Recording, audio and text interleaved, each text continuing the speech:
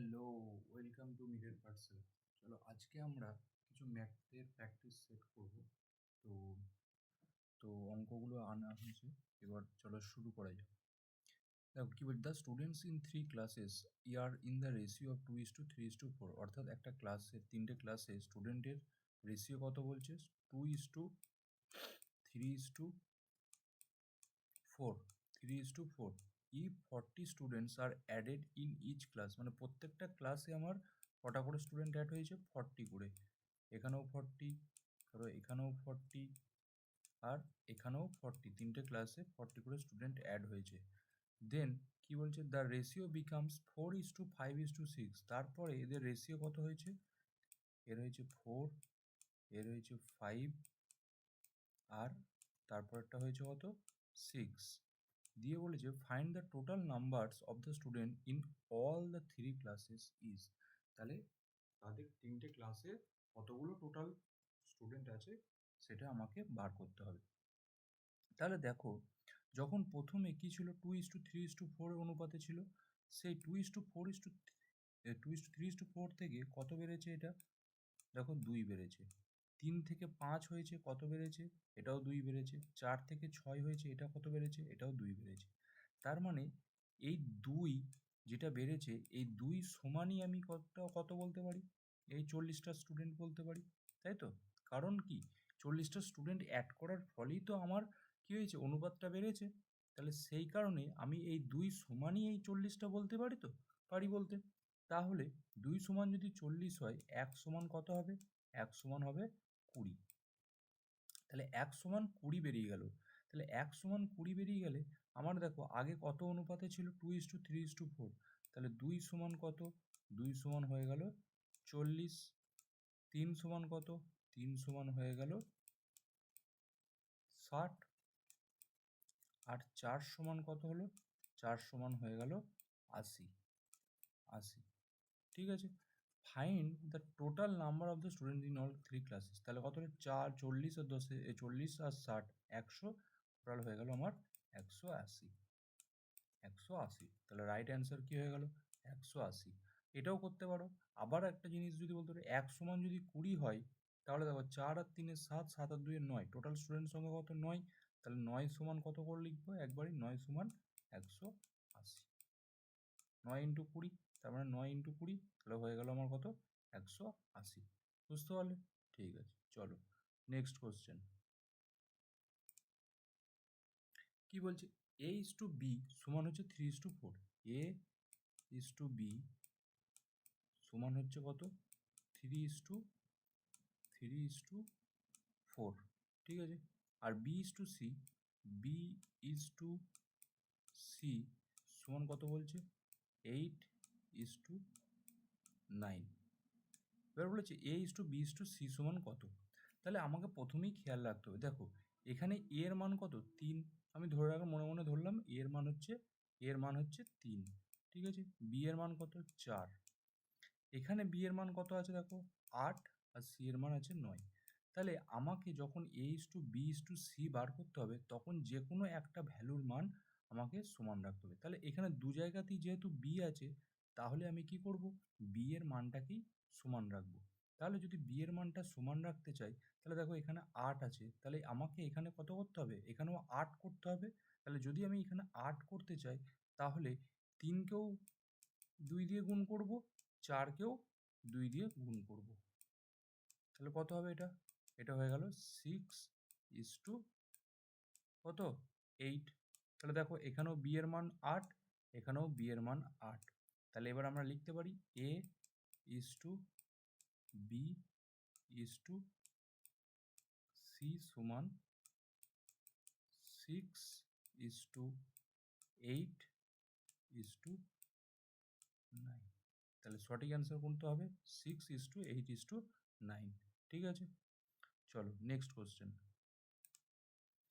বলছে 84 math books, 90 physics books and 120 chemistry books. তাহলে 84টা অঙ্কের বই, 90টা ফিজিক্সের বই, 120টা কেমিস্ট্রি বই have to be stack topic wise, অর্থাৎ তাদেরকে টপিক ওয়াইজ সাজানো হয়েছে। How many books will be there in each stack, মানে কি, যে প্রত্যেকটা স্ট্যাকেতে কতগুলো করে বই রাখলে so that each stack will have the same height to. তাহলে প্রত্যেকটা স্ট্যাকের কী হবে, সমান হাইট হবে। তাহলে আমি এটা কি করব, 84, 90 আর 120, এটার আমি করব কি HCF। অর্থাৎ কি করব, HCF অর্থাৎ আমি করব কি এর গসাগু করব। তাহলে যদি গসাগু করি কত হবে দেখো, 84 ভাগ প্রক্রিয়া যদি গসাগু করি দেখো কীরকম করি, 84 একে 84, কত থাকবে হবে 6, আর কি আছে 120, 6 দুগুণে 12, 0 0 উঠে, কত অ্যান্সার হলো 6। তাহলে সঠিক অ্যান্সার কত আমার 6। ঠিক আছে, চলো next question. Two numbers are in the ratio 7:9. If their HCF is 11, then find the largest number. বলছে দুটো নাম্বারের রেশিও হচ্ছে 7 আর 9, যদি তাদের গসাগু 11 হয় তাহলে তাদের লার্জেস্ট নাম্বারটা কত। এটা মুখোমুখি করব। আমি ধরি দুটো নাম্বার হচ্ছে 7 আর 9, 7 আর 9-এর যদি আমি গসাগু করি তাহলে কত হয়, পরপর দুটো মৌলিক সংখ্যা, এরা পরস্পর মৌলিক সংখ্যা, তাই তো, কি পরস্পর মৌলিক তো। তাহলে যদি এরা হয় তাহলে 7 আর 9, 7 আর 9-এর গসাগু কত হবে, 7 আর 9-এর গসাগু হবে 1, তাই তো। তাহলে 1 সমান 11, 7 সমান কত 77, আর 9 সমান কত, 9 সমান হয়ে গেল 99। তাহলে হাইয়েস্ট নাম্বার কত হয়ে গেল আমার 99। ঠিক আছে, পরের question. The average of first three number is double of the fourth number. ভালো করে বুঝবে। If the average of all four numbers is 12, find the fourth number. বলছে যে প্রথম তিনটে নাম্বারের গড় চতুর্থ নাম্বারের ডবল। ঠিক আছে, যদি if the average of all four number is 12, যদি যে চারটে নাম্বারের গড় 12 হয় তাহলে ফোর্থ নাম্বারটা কত। তাহলে আমি ফার্স্টে আগে লাস্ট থেকে ধরি, কি বলছে, if the average of all four numbers, অর্থাৎ চারটে সংখ্যার গড় কত বলছে 12, তাহলে চারটে সংখ্যার টোটাল কত হবে 4 ইন্টু 12 সমান হয়ে গেল কত 48। ঠিক আছে, এবার কি বলছে যে the average of first three number is double of the fourth number. তাহলে আমি ফোর্থ নাম্বারটাকে কত ধরেছি, এটাকে ধরো আমি এক্স ধরলাম, ফোর্থ নাম্বারকে এক্স ধরলাম। এবার কি বলছে, the average of first three নাম্বারের অ্যাভারেজ কি বলছে, যে 4 নম্বর সংখ্যাটার ডবল, অর্থাৎ এক্সের কী হয়ে যাবে ডবল হয়ে যাবে, তাহলে 2x, তাই তো। তাহলে তিনটে সংখ্যার গড় হচ্ছে 2x, তাহলে তিনটে সংখ্যার সমষ্টি কত হবে 3 ইন্টু 2x মানে কত 6x। এবার কি বলেছে ফাইন্ড দ্য ফোর্থ নাম্বার। তাহলে এবার দেখো চারটে সংখ্যার সমষ্টি এইটা পেয়েছি 48, এটা তিনটে সংখ্যার সমষ্টি, তাহলে তিনটে সংখ্যার সমষ্টি প্লাস আর একটা সংখ্যা কত ছিল, ফোর্থ নাম্বারটা ধরেছি এক্স, এক্সকে রাখলাম ইকুয়ালস টু কত 48। তাহলে 7x সমান কত হলো 48, অতএব x সমান কত, x সমান হয়ে গেল 48/7। সঠিক অ্যান্সার হয়ে গেল কত 48/7। ঠিক আছে, চলো তাহলে নেক্সট কোশ্চেন দেখি কি বলছে। The average of three numbers is 28. The first number is half of the second number and the third number is twice of the second. তাহলে আমাকে দিয়ে কি বার করতে বলেছে, ফাইন্ড দ্য থার্ড নাম্বার। তাহলে আমাকে দেখো এখানে দুবারই সেকেন্ড নাম্বারকে নিয়ে কাজ হচ্ছে, তাহলে আমি সেকেন্ড নাম্বারটাকে মনে মনে 1 ধরে নিলাম। ফার্স্ট নাম্বারটা কত বলেছে দেখো, ফার্স্ট নাম্বারটা কত বলেছে, the first number is half of the second number, মানে সেকেন্ড নাম্বারটা কত 1 ধরেছি, তাহলে ফার্স্ট নাম্বারটা হয়ে গেল হাফ। আর থার্ড নাম্বারটা কত আছে দেখো, থার্ড নাম্বারটা কি বলছে, third number is the twice of the second, তাহলে টোয়াইস মানে কি 2। তাহলে এদের the average of the three number is 28, তাই তো। তার মানে এই তিনটের অ্যাভারেজ আমি যদি করি কত হবে 1 plus half plus 2 divided by 3 সমান কত 28, তাই তো। তাহলে এটা যদি যোগ করি কত হবে দেখো 2 আর একে 3, 3 প্লাস হাফ যদি যোগ করি কত হবে 7/2 সমান হয়ে গেল 8 ইন্টু 3। এবার 7 সমান কত হবে 8 ইন্টু 3 ইন্টু 2। আমাকে 1 সমান বার করতে হবে, ঠিক আছে। তাহলে অতএব যদি আমি করি 7 সমান যদি এটা হয় তাহলে 1 সমান কত হবে যদি করি 28 ইন্টু 3 ইন্টু 2/7। 4 7 28 কেটে গেল, 4 3 12, 12 2 24। তাহলে 1 সমান 24। একটা কে, একটা ছিল সেকেন্ড নাম্বার, আমাকে বার করতে হবে কি ফাইন্ড দ্য থার্ড নাম্বার। তাহলে থার্ড নাম্বার কি, থার্ড নাম্বার হচ্ছে 2। তার মানে 1 সমান যদি 24 হয় তাহলে 2 সমান কত 48। ক্লিয়ার? তাহলে আমার অ্যান্সার হয়ে গেল অপশান নাম্বার ডি 48। ঠিক আছে। নেক্সট কোশ্চেন দেখো, 3 men and 4 women can do a piece of work in 43 days. In how many days 7 men and 5 women can do the same work?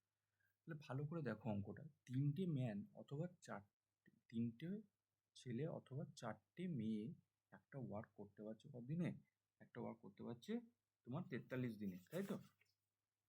তাহলে যদি 43 দিনে করতে পারে তাহলে কি বলছে, যদি how many days 7 man and 5 women, অর্থাৎ 7টা ম্যান এবং 5টা মহিলা, অর্থাৎ 7টা পুরুষ এবং 5টা মহিলা মিলে সেই কাজটা কদিনে করতে পারবে। তাহলে আমাকে ফার্স্টে দেখতে হবে কি বলছে, যে তিনটে ম্যান সমান কটা, চারটে ওম্যান। ঠিক আছে, তিনটে ম্যান মানে হয়ে গেল চারটে ওম্যান। এখান থেকে আমার দেখো এইখানটা যদি আমি ভাঙি তাহলে কটা হবে, চারটে ওম্যান মানে একটা 3 ম্যান, কিন্তু একটা চারটে ওম্যান আর একটা ওম্যান মানে টোটাল 5টা ওম্যান।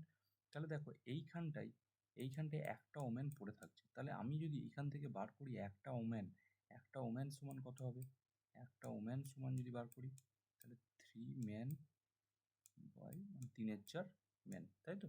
এবার দেখো অঙ্কটা এসি, এটা কদিনে করতে পারছে, তিনটে ম্যান বা চারটে ওম্যানে একসাথে কাজটা করতে পারছে 43 ডেজ, তাই তো। এবার একটা ফর্মুলা আছে, ফর্মুলাটা মনে রাখবে যে M1D1 সমান M2D2। ঠিক আছে, তাহলে M1 মানে কত, M1 মানে কত ছিল দেখো, M1 মানে হচ্ছে তিনটে ম্যান, আমি ম্যানকে দিয়ে কাজ করছি, তাহলে তিনটে ম্যান কাজ করছে 43 ডেজ। M2 মানে আমি জানি 7টা ম্যান আর হচ্ছে 5টা ওম্যান, 7টা ম্যান আর হচ্ছে 5টা ওম্যান ইন্টু কদিনে কাজ করবে এটাই আমাকে বার করতে হবে D2। নেক্সট লাইন, তিনটে ম্যানে 43, এটা যদি গুণ করি কত হবে, 3 3 9, 3 4 12, 129 গেল সমান। এবার দেখো 7টা ম্যান, এখানে 5টা ওম্যান আছে, 5টা ওম্যান মানে কত, 5টা ওম্যান মানে 4 প্লাস 4টে ওম্যান প্লাস একটা ওম্যান, তার মানে 7টা ম্যান প্লাস 4টে ম্যান প্লাস একটা ওম্যান, তাই তো। এটা সমান হচ্ছে D2। তাহলে এটাকে যদি আমি ঠিক মতন করি, 7টা ম্যান 4টে ম্যান কটা হচ্ছে, 11টা ম্যান প্লাস একটা ওম্যান মানে কত, 3 4 ম্যান ইন্টু D2। ঠিক আছে, তাহলে 129 ম্যান সমান, এটা কত হবে, 4 11 44, 44 আর হচ্ছে তোমার সরি এটা কটা ছিল, 4টে আর 7টা ছিল না,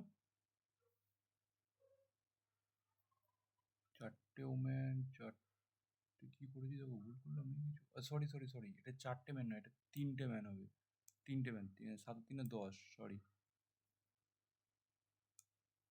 4টে ওম্যান মানে তো কটা, 4টে আর একটা 5টা, তাহলে 4টে ওম্যান মানে কতটা, 3টে ম্যান না, তাহলে 4 7 আর 3 10, তাহলে 10টা ম্যান প্লাস 3 একটা ওম্যান মানে কত, 3 4, তাহলে 4 10 40 আর 3 43, তাই তো, 43 ম্যান বাই 4 ইন্টু D2।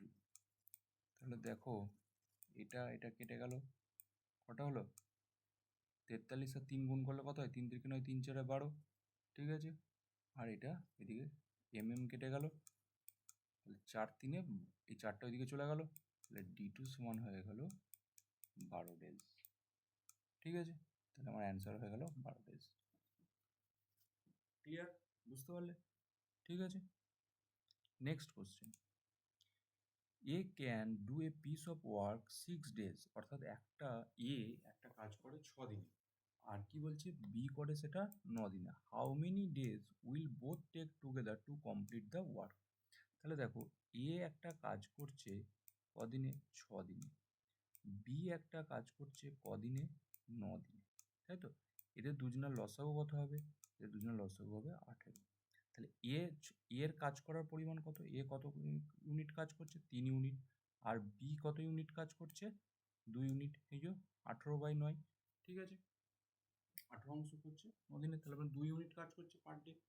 তাহলে এরা কি বলছে, যদি how many days will both take together to complete the work, তাহলে এদের টোটাল কাজের পরিমাণ কত? টোটাল কাজের পরিমাণ হচ্ছে 5 অংশ। 5 অংশ করছে 18 দিনে, তাই তো। তাহলে 5 অংশ করছে তোমার কি বলে 18 দিনে। 18 দিনে, তাহলে 1 অংশ করবে কত? 18/5। 18/5 মানে কত?